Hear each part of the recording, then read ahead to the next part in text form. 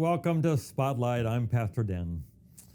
And for this month of August, we've been wrestling with these questions.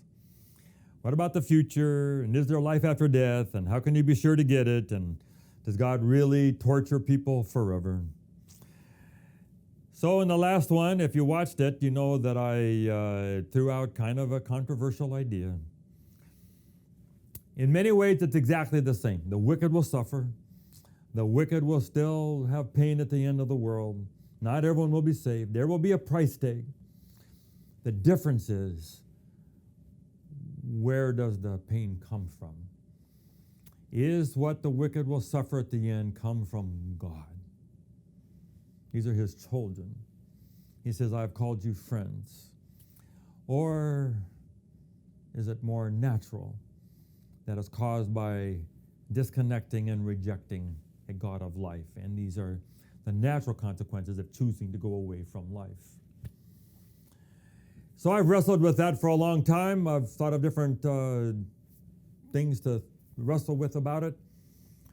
What will the wicked see when they see the face of God, Jesus? Here's a cloud of angels, and there's God and Jesus sitting there at his side. What will they see? Will they see the Jesus of Christmas and the Jesus of dying on a cross for us and our Savior and all of that? Or will they see a God who was finally fed up, who has been letting things go for way too long, and now there's going to be a wrap-up, and there's going to be some justice, and there's going to be vengeance, and the scales of justice just have to be balanced out. The wicked have been crying. People have been crying out, the souls under the altar, how long, God, are you going to let this go on? And God's, okay, they're going to get it now. And God pours out his wrath on the wicked. What will they see in the face of Jesus? Did Jesus have two faces? One is the face of love and grace and mercy, but the other was the face of justice and punishment and harshness and getting, so that the rest of us can know that all that these people did to us, this man who killed my father, is finally going to get his justice. He's hit and run. He's never had to go to jail, never had to pay any price for what he did. There's going to be a price someday. And I thought of the story of Peter. Jesus said, you're going to deny me. I will never deny. I could never do that. Oh, tonight, before the cock crows, you're going to deny me. And sure enough, Peter denies Jesus. And as soon as he finishes denying Jesus, I don't know him, I've never heard of him, nothing to do with him. He hears the cock crow and he remembers what Jesus said, and he looks up and there's Jesus looking at him. What did Peter see? Did he see the same Jesus that has been at the Sea of Galilee and loving him and all? Or did he see some anger, some righteous anger?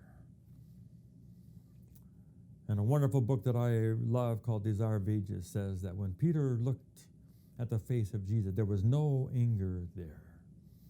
Nothing had changed. Jesus felt the same love, kindness, sympathy, longing to bring Peter into his life as he always had. Nothing changes when we sin in the heart of God. So I believe that when the wicked see the face of Jesus on the cloud, it'll be the same Jesus. And of course, God is like Jesus.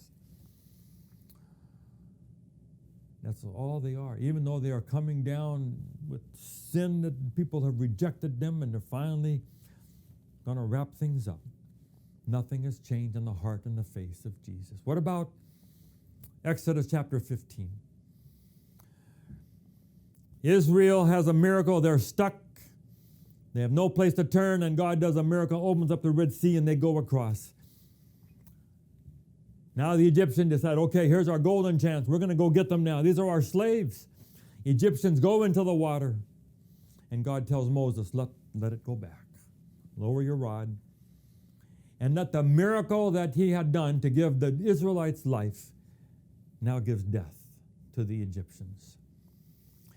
And Miriam and all the women gather their tambourines and in a circle, and they begin to dance and celebrate God's great victory. And they say in Exodus 15, the Lord has hurled his horse and rider into the sea. The Lord hurled? It's metaphor, it's metaphor, it's metaphor. God didn't do any hurling. All they did was take the miracle that gave them life, and he stopped the miracle. These people don't want the miracle of life. They don't want God. When they don't have life, then they will die. The waters killed them. Not God didn't kill them. The waters killed them. He lets the miracle go. And at the end of the world, when people say, we don't want you, stay out of our life, God. We don't have anything to do with you. God, okay. He lets them go. And what happens, happens. They will die. So the wicked still die, but not at the hands of a loving and kind and merciful Father who says, I have called you friends. Consider it, think about it, pray about it, study it. This is Spotlight. We'll have one more in our series. God bless you.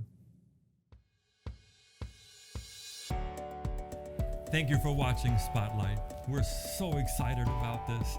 We hope that you'll subscribe and so you'll get all of them. And please just forward it on to others and tell other people about it. And let's just see what kind of an audience we can get for these messages of Spotlight. God bless you.